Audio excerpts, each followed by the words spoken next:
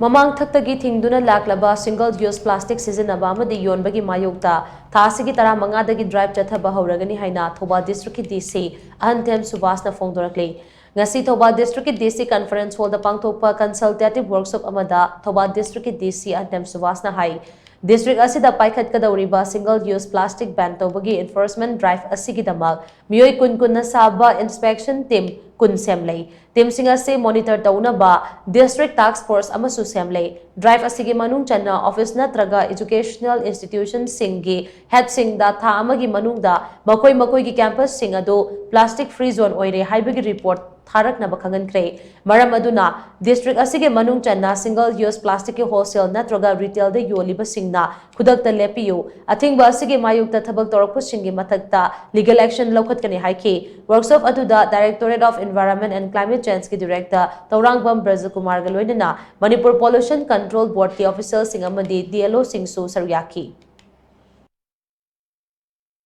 district sida library akhoi wholesaler retailer jopa se akhoi single use plastic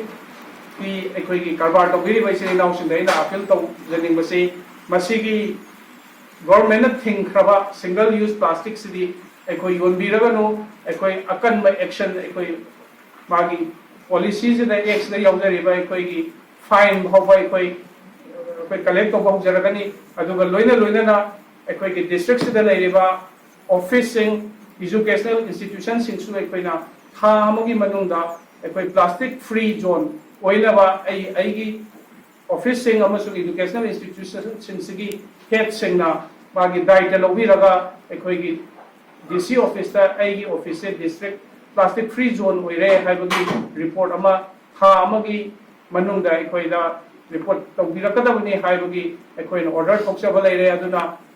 akhoi ki district administration as atha jarak liba masigi enforcement drive sida library ba akhoi ki dukandar sing amasung praja singna akhoi da sahajok pina view haiduna appeal tawjari